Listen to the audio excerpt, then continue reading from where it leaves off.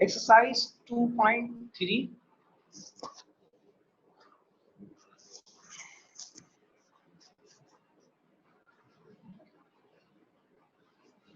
Okay student, exercise 2.3 से related हमने work start करना था।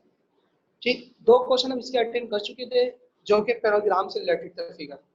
ठीक है ना, आज हम कुछ क्वेश्चंस करेंगे जो ट्रेपेजॉइड से रिलेटेड है या ट्रायंगल से रिलेटेड है। तो जनाब पेज नंबर अब ओपन कीजिए, exercise 2.3 page number 68।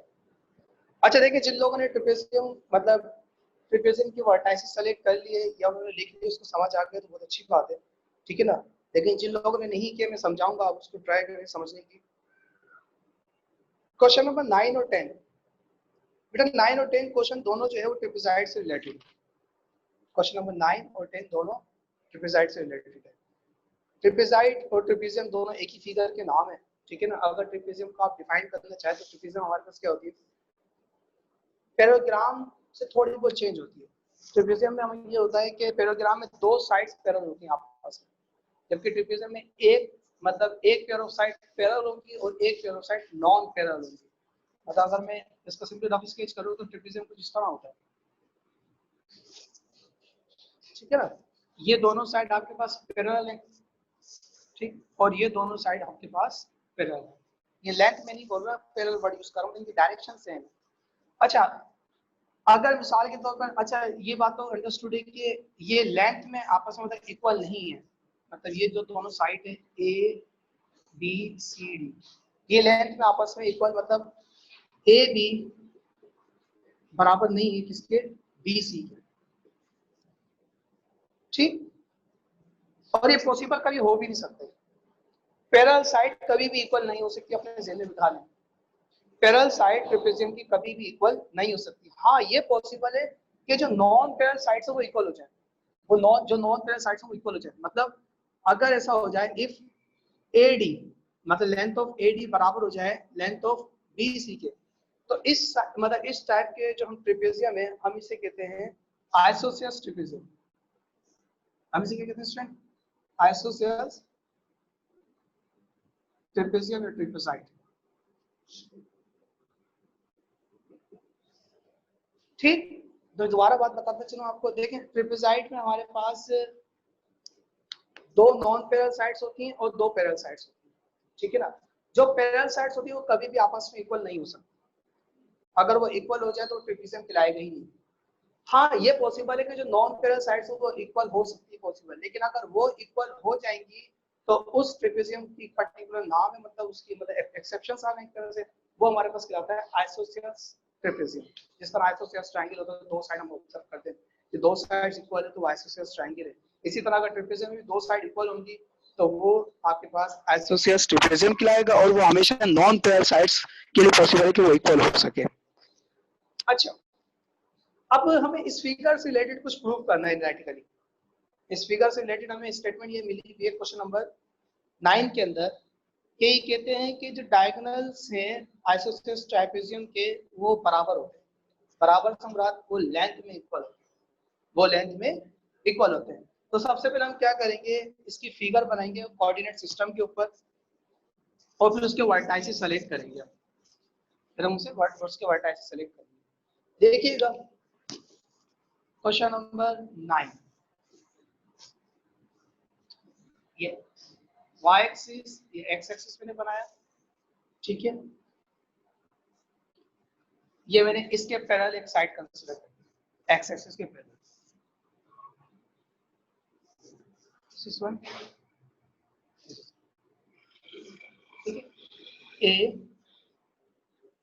A B C D, ये मैंने 3 मतलब 4 वर्टाइसेस सेलेक्ट कर ली। जैसा कि मैंने आपको बताया था लास्ट टाइम कि कोशिश किया करें कि एक वर्टेक्स लाजमी आपका ओरिजिन हो, एक वर्टेक्स लाजमी आपका ओरिजिन हो।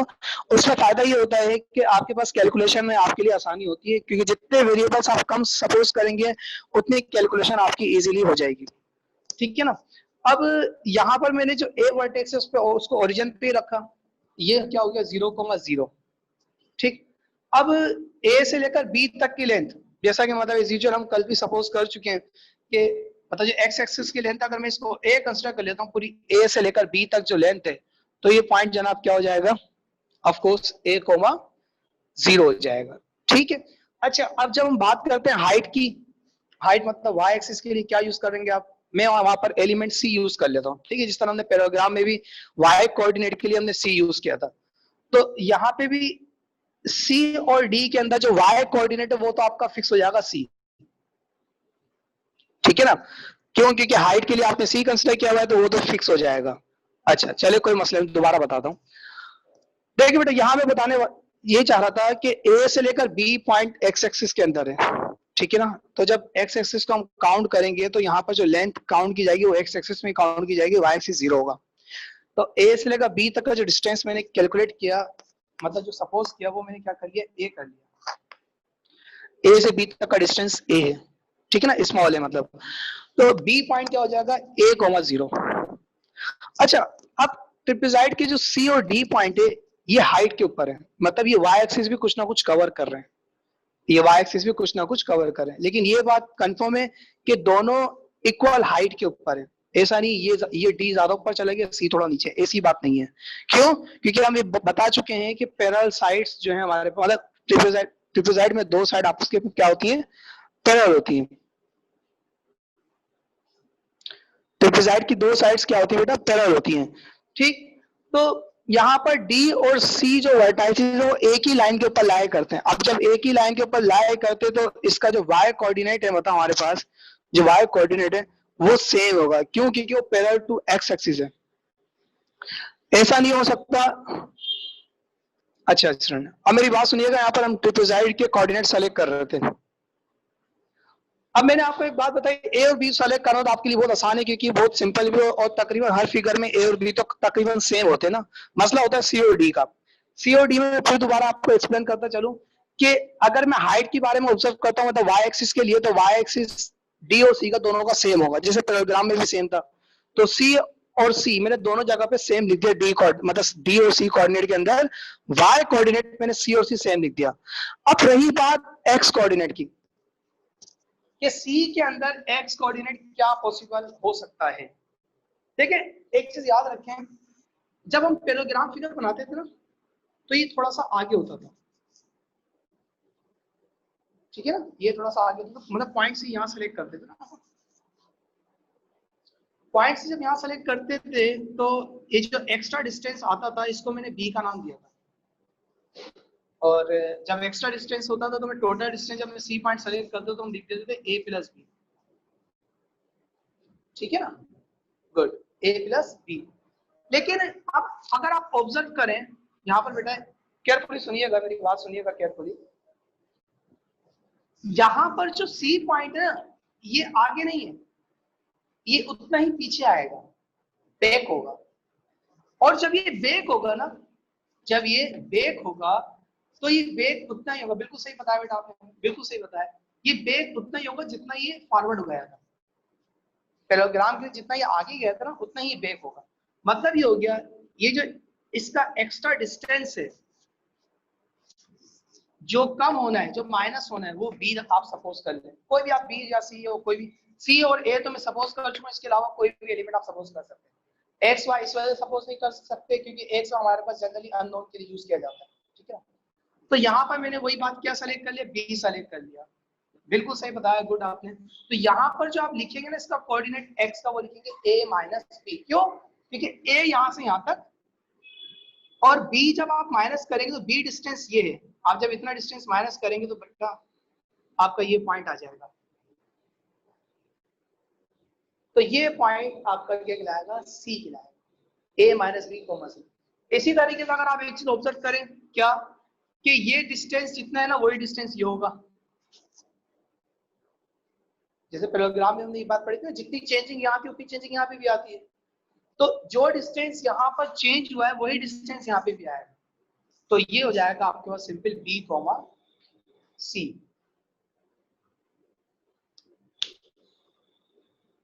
नहीं, a माइनस बी डी के अंदर नहीं लिख सकते, नहीं नहीं बेटा, a माइनस बी जो है डी के अंदर नहीं लिख सकते। अच्छा, a माइनस बी कैसे आया, ये भी कुछ स्टूडेंट मुझसे पूछ रहे हैं, मैं अभी आपको बता देता हूँ, मेरी बात गौर से सुनिएगा आप लोग। देखिए मैं ये कहना चाह रहा था यहाँ पर बेटा कि ये जो पॉइंट ए है ना, पॉइंट ए वो इस जगह पे, मतलब एक्स एक्सिस का यहाँ से लेकर यहाँ तक का डिस्टेंस है वो पॉइंट ए का हमने कंस्ट्रक्ट किया, ठीक है, ए लेंथ कंस्ट्रक्ट किया। जबकि सी को मैं ऑब्जर्व करूं, सी जो पॉइंट है वो ए से छोटा होगा, क्योंकि सी जो पहले आ रहा है, सी पॉइंट जो है वो एक्स एक्सिस पे पहले आ रहा है, जबकि ए यहाँ पर आ रहा है। तो ये जो चेंज है ना, ये चेंज, इस चेंज को मैंने नाम दे दिया बी का, इस चेंज को मैंने क्या नाम दे दिया, बी का नाम दे दिया। अब जब मुझे ये पॉइंट चाहिए, जब मुझे ये पॉइंट चाहिए तो मैं सिंपल क्या करूंगा, फाइनल में से इस इनिशियल पॉइंट को माइनस कर दूंगा, तो मुझे ये पॉइंट मिल जाएगा। मतलब a माइनस बी लेंथ कहां से कहां तक होगी, a माइनस बी बेटा लेंथ यहां से लेकर यहां तक होगी, ये लेंथ हमारे पास क्या कहलाएगी, a माइनस बी की। और a लेंथ टोटल कहां से कहां होगी, a लेंथ टोटल यहां से लेकर इस b पॉइंट तक का होगी, ये टोटल लेंथ क्या है, a। तो सिर्फ सी कोऑर्डिनेट आप लोगों ने मतलब थोड़ा मतलब डिसाइड करना, उसमें थोड़ी बहुत प्रॉब्लम आपको हो सकती है, लेकिन आसान तरीका है, आपको मतलब ये बात समझ में आ गई होगी। पैराग्राम में ये आगे जाता पॉइंट तो उसमें a प्लस बी लिखते हैं हम, ट्रिपेजियम में पीछे आता है ये पॉइंट तो उसमें a माइनस बी कर देंगे, जस्ट इतना ज्यादा मतलब आपको अब ये मतलब डिफिकल्टीज फेस नहीं करनी चाहिए, आपको समझ आनी चाहिए चीजें। अच्छा, तो जैसे मैंने बताया आपको, जितनी चेंजिंग यहाँ है ना उतनी चेंजिंग यहाँ पे भी आएगी, इस पॉइंट के मतलब इस पॉइंट के दरमियान में। तो डी कोऑर्डिनेट का एक्स एक्सिस क्या हो जाएगा, सिंपल बी हो जाएगा, और सी तो आपको पता ही है वाई एक्सिस हम ऑलरेडी सेलेक्ट कर चुके थे इसका। अब स्टूडेंट्स आपने क्या करना है यहाँ पर, ये सब तो हो गए तमाम बात है, कोऑर्डिनेट सेलेक्ट हो गया। क्वेश्चन नंबर 9 एक दफा रीड कर रहे हैं आप। अच्छा, आई होप आपने रीड कर लिया होगा, मैं भी एक्सप्लेन कर दूंगा इसको। क्वेश्चन नंबर 9 में क्या कहा है, इन्होंने ये कहा है कि प्रूव करें कि आपके पास ये जो ट्रिपेजाइड मतलब ट्रिपेजाइड है, इसके जो डायगोनल्स है वो आपस में इक्वल है। अब डायगोनल इक्वल होने का मतलब क्या होगा, आपके ज़हन में बात आनी चाहिए, डायगोनल इक्वल होने का मतलब इसकी लेंथ आपस में बराबर है। इसका मतलब टू प्रूफ, क्या प्रूफ करना है कि डायगोनल मतलब डायगोनल AC बराबर होगा किसके, डायगोनल BD, ये बराबर होनी चाहिए। ये क्वेश्चन नंबर 9 के अंदर स्टेटमेंट ये प्रूफ करके दिखानी है। तो ये बहुत सिंपल है, इसमें कोई मसले की बात नहीं है। देखिए जब भी बात लेंथ की है ना, मतलब डायगोनल इक्वल होना या मीडियन बराबर होना या साइड्स बराबर होना, इक्वल होना, तो ये आपके ज़हन में बात आ जानी चाहिए कि डिस्टेंस की बात कर रहे हैं। लेकिन अगर बात आए मिड पॉइंट की या पॉइंट ऑफ इंटरसेक्शंस की या बाइसेक्शन की या ट्राइसेक्शन की, तो इसका मतलब किसी पर्टिकुलर पॉइंट के हवाले से डिस्कशन कर रहे हैं। लेकिन अभी बात है लेंथ की। इन्होंने कहा diagonals of the trapezoid are equal, ठीक है। तो आप क्या करेंगे, दोनों जो पॉइंट है आपके पास मतलब ए सी और बी डी, इनके दरमियान आप डिस्टेंस फार्मूला लगाएंगे और दोनों का रिजल्ट बराबर आना चाहिए। चेक कर लेते, बहुत सिंपल है। ए सी, अब ये आप x1 बराबर सेलेक्ट कर लें और इसे आप x2 y2 कंसीडर कर लें, ठीक है बेटा। अब फार्मूला अप्लाई करते हैं आप, रेडिकल रेडिकल, तो ये क्या हो जाएगा, a minus B minus 0 whole square plus c minus 0 whole square. इसी तरीके से बी डी के दरमियान डिस्टेंस फार्मूला लगाएं, a minus B whole square plus 0 minus C whole square. ठीक, सिंप्लीफाई कर लें फर्दर इसको, a minus B whole square plus c minus 0 whole square करेंगे तो सिंपल क्या आ जाएगा, c पे स्क्वायर आ जाएगा। इसी तरीके से ये आप ऑब्जर्व कर सकते हैं, बहुत सिमिलर है, मतलब a minus B whole square plus c square, ठीक है, माइनस साइन पे स्क्वायर करूंगा प्लस ये आएगा। अब ये आ गए बराबर, इसको फर्दर सिंप्लीफाई करने की जरूरत नहीं है क्योंकि आप थ्योरम प्रूफ कर रहे हैं। थ्योरम प्रूफ करने का मकसद ये कि दोनों लेंथ अगर आपको बराबर दिख रही है किसी भी वेरिएबल की फॉर्म में, किसी भी मतलब पैरामीटर्स की फॉर्म में, ठीक है, तो आप यहीं पर लिख देंगे हेंस प्रूफ, हेंस कि डायगोनल्स ऑफ द पैरेललोग्राम जो है वो आपके पास क्या है, सॉरी डायगोनल ऑफ द ट्रिपेजाइड जो इक्वल होते हैं। जी पूछे पूछे बेटा पूछे क्या हुआ?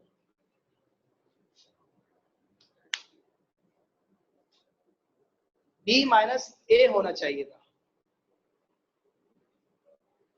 अच्छा आप यहाँ कहना चाहिए बी माइनस ए होना चाहिए। अच्छा देखिए चले ठीक है, आपने मतलब एक सवाल पूछा, मैं इसके बारे में एक्सप्लेन कर दूं आपको। आप बी माइनस ए भी उसको एक तरीके से लिख सकते हैं। असल में बात पता है क्या है, ये मैंने टोटल डिस्टेंस यहाँ से यहाँ तक काउंट किया ए, टोटल डिस्टेंस ए से लेकर बी तक जो काउंट किया वो स्मॉल ए काउंट, मतलब ए की लेंथ लार्ज है। और ये जो मैंने सिर्फ पार्ट उठाया ना, एक part, this is one just, ये मैंने उठाया है बी, ठीक है ना। ये जो एक्स्ट्रा लेंथ उठाई है मैंने ऊपर को ऑब्जर्व कर, मतलब ये सी पॉइंट को ऑब्जर्व करते ये मैंने लेंथ बी उठाई है। अब आप एक बात खुद सोचे, मुझे सी कोऑर्डिनेट अगर चाहिए तो सी कोऑर्डिनेट जो लाई करता है एक्स एक्सिस पे वो इस पॉइंट पे लाई करता है, इस पॉइंट। ए टोटल डिस्टेंस है, अगर इस टोटल डिस्टेंस में से अगर मैं ये पार्ट माइनस कर दूं तो मुझे ये पॉइंट मिल जाएगा, मुझे ये पॉइंट मिल जाएगा। इस वजह से मैंने यहाँ पर ए माइनस बी लिखा है, ए माइनस बी लिखा मैंने इसी वजह से। जी बेटा बात समझ में आई? अच्छा देखिए, तो ये तो क्वेश्चन नंबर 9 और 5 इंपॉर्टेंट भी है, जो हमने कल 5 किया था और ये क्वेश्चन नंबर 9 किया था, ये दोनों क्वेश्चन इंपॉर्टेंट भी है ना एग्जाम के हवाले से। इसी तरीके से अब थोड़ा बहुत एक, अच्छा क्वेश्चन नंबर 10 पढ़े आप लोग, शाबाश, एक दफा क्वेश्चन नंबर 10 पढ़े, शाबाश, इसी फिगर से रिलेटेड है। ओके स्टूडेंट, क्वेश्चन नंबर 10 अब समझने की कोशिश करें, मैं आपको एक्सप्लेन करता हूँ। फिगर के अंदर इन्होंने ये बताने की कोशिश करी है, prove that the distance between the mid points of a non-parallel sides of a trapezoid। अब देखें जो नॉन पैरेलल साइड्स है वो कौन सी है, ए डी और बी सी। इन्होंने क्या कहा है कि प्रूव करें कि prove that the distance between the mid points of the non parallel sides, मतलब इनके जो मिड पॉइंट्स हैं, इन दोनों नॉन पैरेलल साइड्स के जो मिड पॉइंट है, आप इसको नाम देते हैं फॉर एग्जांपल ई एफ, इसका जो डिस्टेंस है मतलब इसकी जो लेंथ है equal to half the sum of the length of the parallel sides, वो बराबर है half sum of the parallel side. आप देखें यहाँ पर इस स्टेटमेंट को समझें, ये जो ई एफ जो लेंथ है, मतलब ई एफ जो लेंथ है, इन्होंने कहा है कि वो इक्वल होगी किसके, half, half of sum of parallel sides. अब पैरेलल साइड्स देखिए कौन कौन सी है, पैरेलल साइड ए बी है और डी सी है, ये इन्होंने प्रूव करने को कहा है। अब आप इस फिगर को समझें और क्वेश्चन को पढ़े एक बार, और ये स्टेटमेंट देखें जो बनाई है मैंने, आई होप आपको समझ आ गई। फिगर में कौन सी साइड नॉन पैरेलल, बेटा आप ये देखें ना, ए डी और बी डी, इसकी डायरेक्शन देखें चेंज है ना, ये नॉन पैरेलल साइड कंसीडर की जाएंगी, जबकि पैरेलल साइड ये दोनों हैं, लेकिन इनकी डायरेक्शन सेम है, इनकी डायरेक्शन सेम है, मतलब आप ये देखें ना इनकी डायरेक्शन सेम है इसका, ठीक, जबकि ये दोनों नॉन पैरेलल साइड्स। रिपीट कर, चले मेरी बात सुन, इन्होंने ये कहा था, ठीक ठीक, इन्होंने ये कहा था बेटा, देखिए इन्होंने कहा prove that the distance between the mid points of the non parallel sides, distance between the mid points of the non parallel sides. हाँ सुने दोबारा सुनो, अब सबसे पहले आप डिसाइड करें नॉन पैरेलल साइड कौन सी होती है। नॉन पैरेलल साइड बेटा ये दोनों नॉन पैरेलल साइड्स, मतलब ये साइड और ये साइड नॉन पैरेलल, ठीक है ना, क्योंकि सेम डायरेक्शन तो नहीं है, ये सेम डायरेक्शन में आपके पास तो ये पैरेलल साइड के रहेंगे।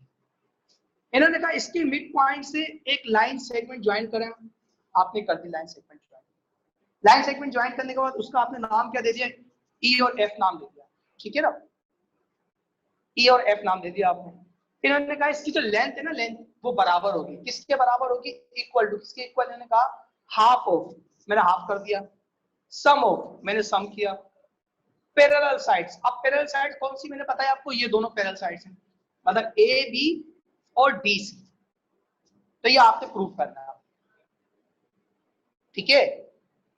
अब वही बात, इस सब में डिस्टेंस की बात हो रही है ना ज्यादातर, ठीक है ना, और मिड पॉइंट की भी बात हो रही है, तो सबसे पहले आप क्या करेंगे, लेफ्ट हैंड साइड पिक करेंगे, आप लेफ्ट हैंड साइड पिक कर ले, आप डिस्टेंस फाइंड करें ई एफ का, कि ई एफ का डिस्टेंस क्या होगा। गुड बेटा, अब समझिएगा यहाँ पर सबसे पहले तो ई और एफ के कोऑर्डिनेट आपको मालूम होने चाहिए। तो बेटा ई मिड पॉइंट किसका है? E is a mid point of B C, ठीक है ना। ई क्या है? मिड पॉइंट है बी सी का। तो आप मुझे बताएं कि ई पॉइंट क्या आ जाएगा? शाबाश बताइए। बी सी का है ना, तो इन दो को प्लस करके 2 से डिवाइड कर देंगे, इन दो को प्लस करके 2 से डिवाइड कर देंगे, simple. x1 plus x2 divide by 2, y1 plus y2 divided by 2। तो क्या हो जाएगा देखें, a plus a minus B upon 2 और c प्लस 0 अपॉन 2, ठीक। तो ये क्या हो जाएगा, ई पॉइंट आपके पास finally a plus a 2a minus B upon 2 और c अपॉन, ये पॉइंट ई आ गया, ये पॉइंट ई आ गया। देखिए ई मिड पॉइंट है किसका? बी सी का। अब जब बी सी का मिड पॉइंट है, मतलब ये दोनों लेंथ आपस में बराबर है, तो मिड पॉइंट का फार्मूला ये है ना सिंपली। तो मिड पॉइंट का मैंने फार्मूला लगा दिया यहाँ पर। अब मिड पॉइंट का फार्मूला क्या होता है, अगर आप लोग भूल गए तो फिर याद रखें इसको बेटा, x1 plus x2 divided by 2, y1 plus y2 divided by 2, ये मिड पॉइंट का फार्मूला है। मैंने यही अप्लाई किया ना।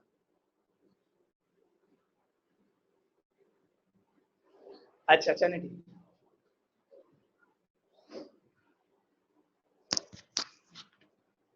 ठीक है बेटा, मैं इसको थोड़ा बहुत मतलब जूम करके लिख देता हूँ। तो ई पॉइंट हमारे पास क्या होगा, बी और सी में लगाना है ना फार्मूला, तो ए प्लस ए माइनस बी अपॉन 2 और 0 प्लस सी अपॉन 2। तो ये क्या हो जाएगा, A plus A 2a minus B upon 2 comma just C upon 2। तो ये पॉइंट हमारे पास क्या आ गया, ई आ गया। इसी तरीके से हम पॉइंट एफ निकालेंगे। एफ पता है किसका मिड पॉइंट है? एफ मिड पॉइंट है ए और डी का। F is a mid point of AD, ठीक है बेटा। तो एडी का, एडी की तरफ आप मिड पॉइंट फार्मूला लगाएंगे तो क्या हो जाएगा, एफ जो पॉइंट आएगा हमारे पास b plus 0 upon 2 c plus 0 upon 2, it's mean क्या हो जाएगा, F point b upon 2 c upon 2। अब यहाँ तक कोई प्रॉब्लम नहीं होगी। तो ये दोनों मिड पॉइंट हमने निकाल लिए। अब हमें क्या करना है, हमें डिस्टेंस निकालना है ई एफ का। मतलब ये जो दो पॉइंट आपने निकाले हैं, इन दोनों का आप क्या निकालेंगे, डिस्टेंस निकालेंगे बाय यूजिंग डिस्टेंस फार्मूला। तो देख लीजिए आप, डिस्टेंस फार्मूला अप्लाई कर दीजिए आप। ई एफ में आपने डिस्टेंस फार्मूला अप्लाई किया। अच्छा ई एफ, एक स्टूडेंट ने मुझे कहा सर आप डिस्टेंस फार्मूला दोबारा बता दें। चलिए बेटा देख लीजिए आप, डिस्टेंस फार्मूला आपको बता देता हूँ। ये तो मिड पॉइंट फार्मूला था, ठीक है ना। डिस्टेंस फार्मूला जो होता है हमारे पास, वो होता है x2 minus x1 whole square plus y2 minus y1 whole square, ये होता है डिस्टेंस फार्मूला। अब x2 y मतलब x2 x1 आप यहाँ पर सेलेक्ट कर लें। फॉर एग्जांपल इस पॉइंट को आप x1 y1 सेलेक्ट कर लें और इसको x2 y2 सेलेक्ट कर लें,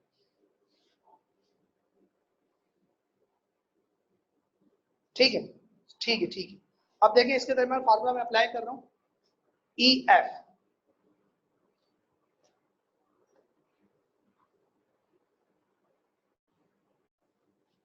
तो क्या हो जाएगा देखिएगा, b upon 2 minus 2a minus b upon 2 whole square plus c upon 2 minus c upon 2 whole square. आप एक चीज ऑब्जर्व करें, ये तो हो गया cancel, c upon 2 c upon 2 cancel हो जाएगा, ठीक है ना।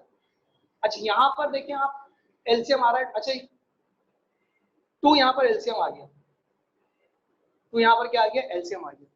और यहाँ क्या बचा, b minus, minus inside apply होता तो माइनस का 2 है और प्लस का b हो जाएगा, माइनस का 2 है प्लस का b हो जाएगा।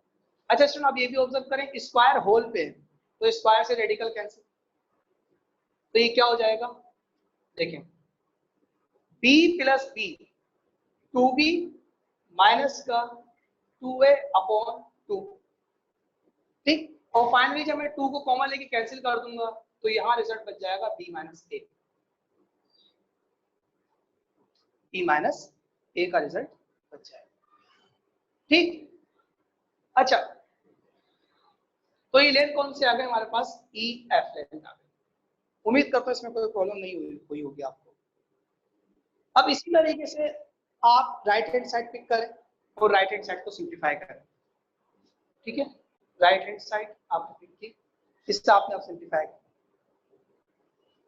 अब देखिए जब आप इसे सिंप्लीफाई करेंगे, क्या लिखा हुआ 1/2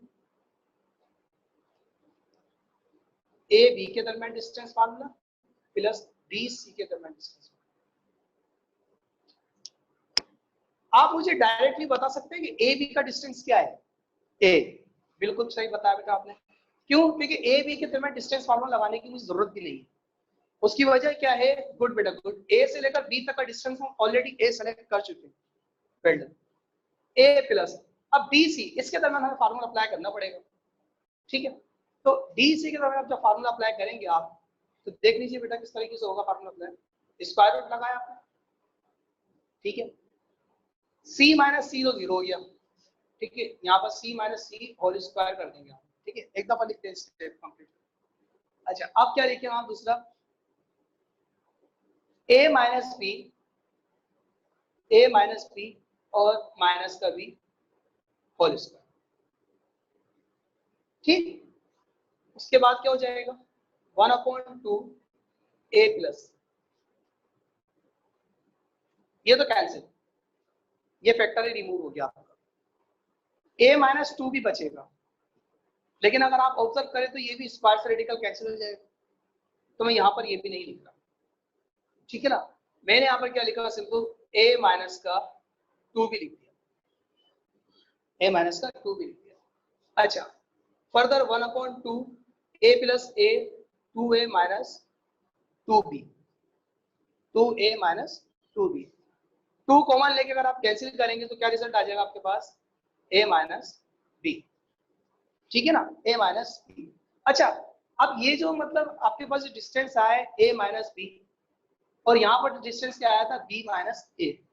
आप मुझे एक बात बताएं, जब हम डिस्टेंस की बात करते हैं, जब हम लेंथ की बात करते हैं, तो हम उसको मतलब एब्सोल्यूट में लिखते हैं।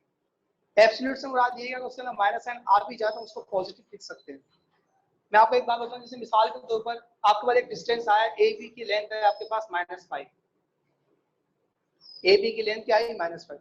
आप मुझे एक बात बताएं, आप ए बी की लेंथ -5 लिखेंगे? जी स्टूडेंट्स, तो मैं यहाँ पर एक बात ये कर रहा था कि हम जो लेंथ के हवाले से डिस्कशन करते हैं, तो उसमें माइनस साइन अगर आ भी जाए तो हम उसको एब्सोल्यूट कंसीडर करते हैं, क्योंकि उसको रिमूव करना आसान होता है हमारे लिए। मैं आपको एक तरीका ये भी बता देता हूँ, जैसे मिसाल पर ए बी की लेंथ अगर 5 आई है, मतलब -5 आई है, तो कभी पॉसिबल नहीं है। अगर लेंथ की बात करते हैं तो ए बी की लेंथ हमेशा आपके पास पॉजिटिव 5 ही रहेगी, पॉजिटिव 5 ही रहेगी। असल में यहाँ पर एक थोड़ी बहुत चेंजिंग, मतलब आपका जो रिजल्ट आया है यहाँ पर वो आया a माइनस बी, और इसका रिजल्ट भी आपके पास क्या है a माइनस, मतलब इसका रिजल्ट आया b माइनस ए। ठीक, अब यहाँ पर ही b माइनस ए कैसे हो सकता, मतलब a माइनस बी कैसे हो सकता था, एक नजर आप लोग देख लीजिएगा। आप मुझे एक बात बताएं, अगर मैं लिखूं a minus B whole square, या मैं लिखूं b minus A whole square, ये दोनों सेम बात है डिफरेंट है? माइनस ए, ठीक है,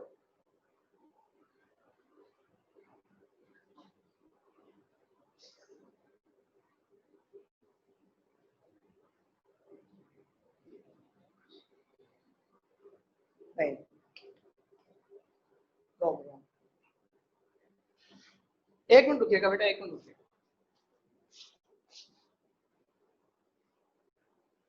कैंसिल हो जाएगा, हाँ मुझे मालूम है कैंसिल हो जाएगा, एक मिनट रुकिए, एक मिनट।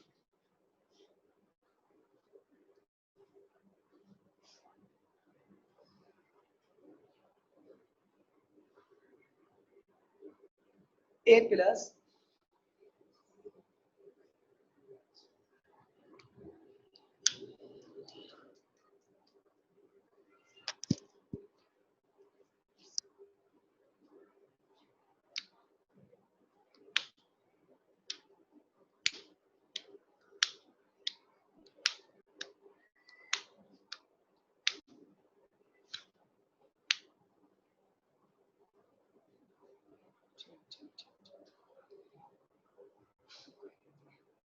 अच्छा देखें स्टूडेंट्स, यहाँ पर मतलब जो हमने चेंजिंग करी थी उसको आप अभी ना करें, उसको आप एज इट इज लिखते जिस तरीके से आपने लिखा था। क्या कि यहाँ पर जो फैक्टर था a माइनस टू बी, वो आप एज इट इज लिखें, a माइनस टू बी इसका स्क्वायर आपने एज इट इज लिखा 1/2 a प्लस स्क्वायर से का cancel a minus two B 1/2 2a minus two B, 2 common लेके कैंसिल कर देंगे, बच जाएगा a माइनस। तो ये तो आपके पास एक साइड मतलब जो राइट हैंड साइड थी वो आपने पूरी सिंप्लीफाई करी, वो a माइनस बी आ गई। ठीक, अच्छा अब मुझे ई एफ को भी a माइनस मतलब a माइनस बी की फॉर्म में कन्वर्ट करना है। जैसा कि स्टूडेंट ने बताया था कि सर आप x2 माइनस x1 कर लें, एक स्टूडेंट ने मुझे भी बताया था कि सर x2 माइनस x1 कर लें। अगर वो काम भी यहाँ पर अप्लाई करूँ कि x2 माइनस x1, जैसे मिसाल को यहाँ मैंने रेडिकल कैंसिल कर दिया था, आप इसे इस वक्त कैंसिल ना करें इस वक्त, ठीक है ना, आप इसे कैंसिल नहीं करें। यहाँ पर है b माइनस टू ए प्लस बी, तो ये हो जाएगा 2b माइनस टू ए, 2b माइनस टू ए। इसको आप चेंज करके आप यहाँ लिखते हैं क्या 2a minus two B whole square और इस पर रेडिकल। अब जब इसे कैंसिल करेंगे आप तो यहाँ से 2 कॉमन लेंगे तो यहाँ बच जाएगा क्या a minus B, a minus B. उसकी वजह मैं बताता हूँ कि यहाँ पर ऐसा काम क्यों नहीं कर सकते, यहाँ हमने ऐसा क्यों किया। उसकी वजह क्या है, देखें यहाँ पर जो हमारे लेंथ थी ना, लेंथ जो डिस्टेंस था वो दो डिस्टेंस मतलब दो लाइन के डिस्टेंस, इस वजह से अगर मैं यहाँ माइनस एन कॉमन ले रहा हूँ तो कैंसिलेशन हो, लेकिन यहाँ पर सिंगल है तो यहाँ पर ये चीज मतलब एप्लीकेबल हो सकती है, ये चीज एप्लीकेबल हो जाएगी। तो आपके पास ई एफ का जो डिस्टेंस है वो बराबर हो गया half of sum of two parallel sides, half of sum of two parallel sides.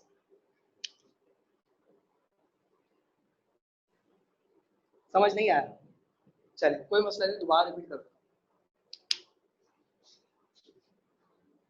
अच्छा जिन लोगों को समझ नहीं आया वो एक दफा दोबारा सुन लीजिए मेरी बात। देखिए बेटा, जब हम सिंगल डिस्टेंस की बात करते हैं तो उसके अंदर मतलब ये समझ लीजिए कि वन टाइम रेडिकल आ रहा होता है, ठीक है ना, हम उसको मतलब एब्सोल्यूट निकाल लेते हैं, हम वहां से मतलब एब्सोल्यूट वैल्यू हम फाइंड आउट कर लेते हैं। लेकिन जब दो डिस्टेंस हो जाएं मतलब दो लाइन के डिस्टेंस तो मुख्तलिफ डिस्टेंस है, इसकी अगर हम कैलकुलेशन करें तो आप भी सोचेंगे सर दोनों का आंसर तो आएगा तो पॉजिटिव, ठीक है, एक्सेप्टेड को पॉजिटिव आंसर आएगा, ठीक है। लेकिन इसमें यह भी पॉसिबल हो सकता है कुछ अगर मैं मतलब ट्रम सपोज कर रहा हूँ नंबर्स के अलावा तो वो नेगेटिव भी आ सकते हैं, और यहाँ पर हमने ट्रम ही सपोज की है। अब जैसे a माइनस बी है, a माइनस बी, यहाँ पर a मतलब जो माइनस बी है वो नेगेटिव ट्रम है, तो लास्ट में कहीं ना कहीं फॉर्मूले के अंदर जाएगी वो नेगेटिव ट्रम आएगी। यहाँ पर सिंपल ये करना था, अगर मैं शुरू में ही कर देता तो आपको पता भी लगता शायद वो क्या था कि ये जो मैंने ई एफ के लिए जो फार्मूला अप्लाई किया था ना, ई एफ के लिए, ई एफ के लिए फार्मूला मैंने अप्लाई किया था इन दो के अंदर, ठीक है, इससे मैंने x1 कंसीडर किया था, इसे x2 कंसीडर किया था। अगर आप इसी में चेंजिंग कर दी क्या x2 माइनस x1, मतलब आप इसको x2 कंसीडर कर ले, इसे x2 कंसीडर करें, x1 कंसीडर करें, तो आपके रिजल्ट में कोई चेंजिंग आएगी नहीं, आप डायरेक्ट वहां तक पहुंच जाएंगे, आपको माइनस साइन लेने की एंड में जरूरत भी नहीं पड़ेगी।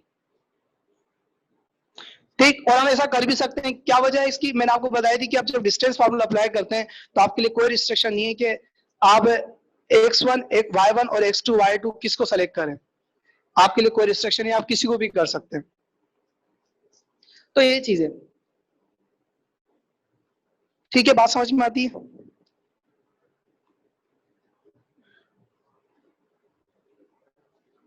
यस बेटा। अच्छा अब देखें, अगर फॉर एग्जांपल मैं आपसे कहूं कि आप मुझे स्क्वायर फिगर की मतलब स्क्वायर फिगर के कोऑर्डिनेट लिख के दिखाएं,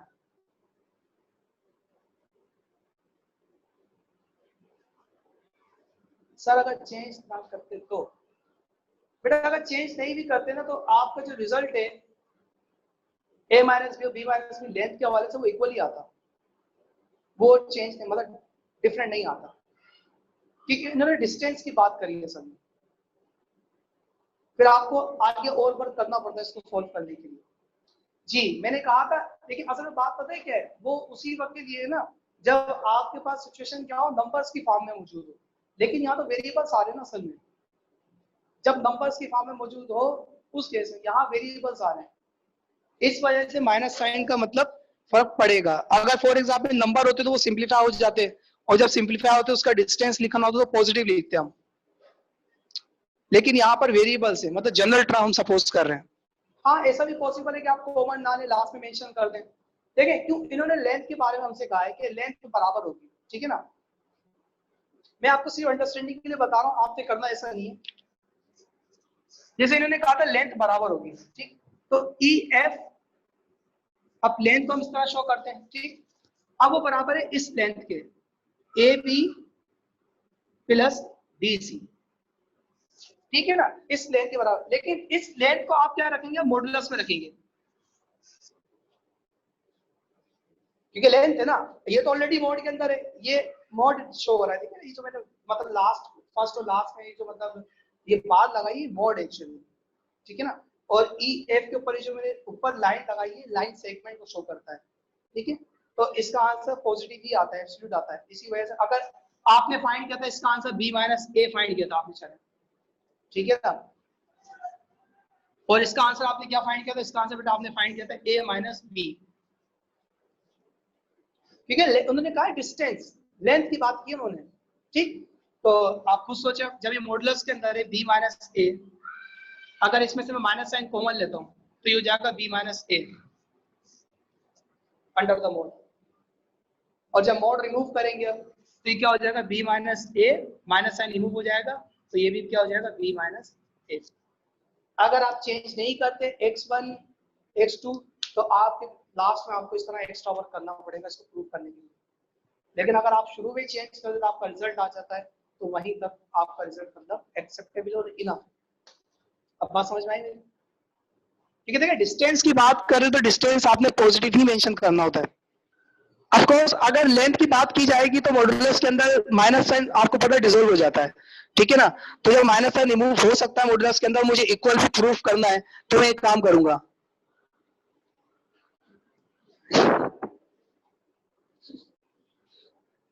देखिए पेपर में आपने याद नहीं करना, मेरा मकसद यहाँ बताने का सिर्फ ये था। देखिए एक चीज तो आपको मालूम है, प्रूफ करनी है आपने कि दोनों लेंथ आपस में बराबर है, ई एफ, और जो दूसरी लेंथ है वो 1/2 A P plus T C, ठीक है ना।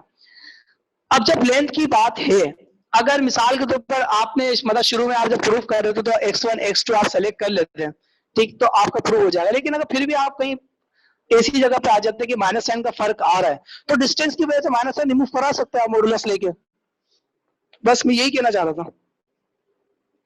बिल्कुल, अगर ये सवाल मतलब अगर मैं यहीं पर ही एक्स मतलब इसको चेंज कर देता तो यहां तक हमें पूछने की जरूरत भी नहीं पड़ती, मॉडुलस वाला।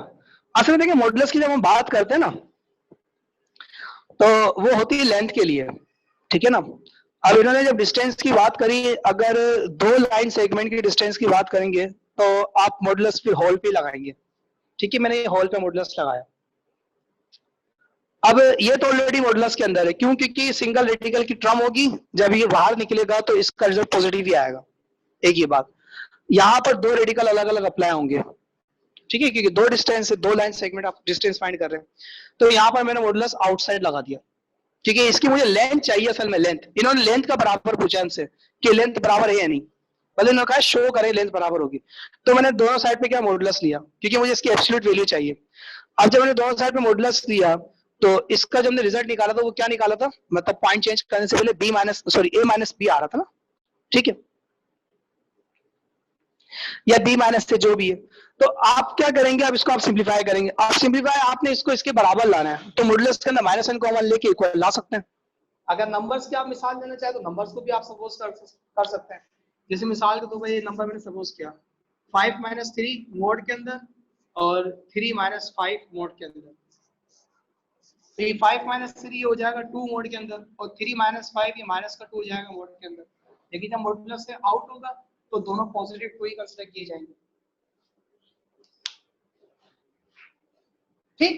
तो लेंथ के लिए ठीक ठीक, तो लेंथ के लिए बेटा ये चीज इंपॉर्टेंट है कि उसे मतलब एब्सोल्यूट बनाना होता है हमें, और एब्सोल्यूट के लिए हम मॉडुलस अप्लाई करते हैं। अच्छा, मेरा सवाल अब वही है, अभी तक मैंने पूछा था कि अगर हमारे पास फिगर स्क्वायर हो जाए तो स्क्वायर फिगर में कोऑर्डिनेट जो सेलेक्ट करेंगे हम क्या हो सकते हैं possible? A B C D बताएं शाबाश। स्क्वायर के अंदर आपको एक और अच्छा फायदा जो है, मतलब जो एडवांटेज है वो ये है कि इसकी चारों लेंथ आपस में होती बराबर है। और लेंथ के लिए हम वेरिएबल सपोज कर रहे होते हैं ए बी सी। ठीक ठीक ठीक, तकरीबन कुछ स्टूडेंट सही बताइए। चलिए एक एक पॉइंट बस मिस्टेक हो गया था आपका। चलिए देखते हैं इसको। स्क्वायर के कोई भी एक लेंथ आप सपोज कर लें ए मिसाल के तौर पर। ठीक है ठीक है ठीक है, आपने कोई भी लेंथ सपोज कर ली ए। आप मुझे बताएं इसकी चारों लेंथ ए है ना, स्क्वायर की लेंथ तो चारों बराबर होंगे ना, मतलब ये पॉइंट भी ए होगा, ये पॉइंट भी ए होगा, ये पॉइंट भी ए होगा, ऐसा है? इस बात से आप मतलब इत्तेफाक करते हैं आई थिंक, क्योंकि स्क्वायर तो लेंथ तो बराबर होगी और हम जो वेरिएबल सपोज करते हैं वो लेंथ के लिए सपोज करते हैं ए बी सी, जो भी हम सपोज करें तब तक। तो अब आप मुझे बताएं कि इसके पॉइंट सेलेक्ट करना कितना आसान हो जाएगा, क्योंकि सिर्फ एक ही वेरिएबल यूज होगा। ए तो ऑफ कोर्स 0,0 ओरिजिन है, बी आपके पास वही a,0 और सी और डी जो है ना इसमें भी आपके पास सिर्फ ए ही इन्वॉल्व होगा। बी आप जब पॉइंट सेलेक्ट करेंगे तो 0,a और जब सी पॉइंट सेलेक्ट करेंगे तो a,a ऐसे ही होगा ना। सोचे आप क्या कहते हैं इस बारे में, समझ आती है बात? जितने वेरिएबल कम सपोज करेंगे उतना आपके लिए अच्छा है, क्योंकि आपकी सिंप्लीफिकेशन कैलकुलेशन में आसानी है। इससे पहले जो हम फिगर बना रहे थे उसमें हमारे पास मतलब 2 से 3 वेरिएबल यूज करते थे, क्योंकि 2 से 3 लेंथ डिफाइन थी उसके अंदर मुख्तलिफ। अगर मिसाल के तौर पर मैं सिर्फ रेक्टेंगल की बात करूं तो इसमें ये लेंथ अलग होती है और ये लेंथ अलग है, तो दो मुख्तलिफ लेंथ है।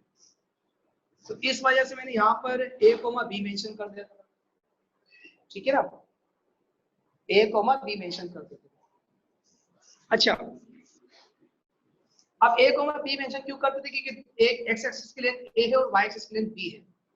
अब रही बात स्क्वायर के अंदर, तो स्क्वायर के अंदर कोई भी लेंथ अगर आप सपोज करते हैं a तो उसकी चारों लेंथ बराबर है, मतलब इस पॉइंट से इस पॉइंट तक का डिस्टेंस भी वही होगा, इस पॉइंट से इस पॉइंट तक का डिस्टेंस वही होगा। फॉर एग्जांपल आप लेंथ 2 कंसीडर करने चल रहे हैं, आपने क्या करा इसकी लेंथ 2 कंसीडर कर ली स्क्वायर की।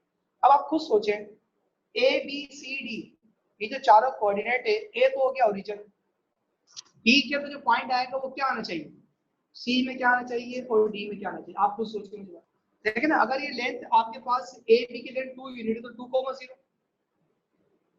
और अगर ये भी लेंथ 2 यूनिट है तो 0,2। और रही बात सी की, तो सी दोनों मतलब एक्स एक्सिस को भी कवर कर रहा है, वाई एक्सिस को भी डिस्टेंस कवर कर रहा है।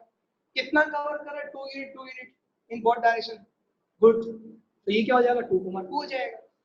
तो मकसद मेरा बताने का यही है कि स्क्वायर के अंदर आपको दूसरा वेरिएबल यूज करने की जरूरत ही नहीं है। क्यों? क्योंकि चारों लेंथ बराबर है। अब पैरेललोग्राम में या रेक्टेंगल में क्या होता है? रेक्टेंगल में तो ये होता है कि दो लेंथ आपस में इक्वल होती है, दो लेंथ अनइक्वल होती है, तो इस वजह से हमें ए और बी सेलेक्ट करने पड़ते थे वहां पर। और पैरेललोग्राम में क्या होता था कि लेंथ तो इक्वल होती थी, उनकी डायरेक्शन की वजह से एक और वेरिएबल यूज करना पड़ता था हमें।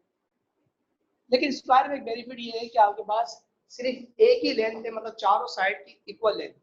तो इस वजह से मैं यहाँ पर जनरलाइज कोऑर्डिनेट के लिए यहाँ पर मैंने जो सेलेक्ट करा है वो सेलेक्ट किया है क्या, ए। तो यहाँ आ जाएगा a, 0,a। ठीक, अब इन्होंने क्वेश्चन पढ़े, अब क्वेश्चन नंबर जिसकी वजह से हमने फिगर बनाई है, ठीक है, क्वेश्चन आपका होमवर्क होगा, ये मैं नहीं कराऊंगा। ठीक है स्टूडेंट्स, अल्लाह।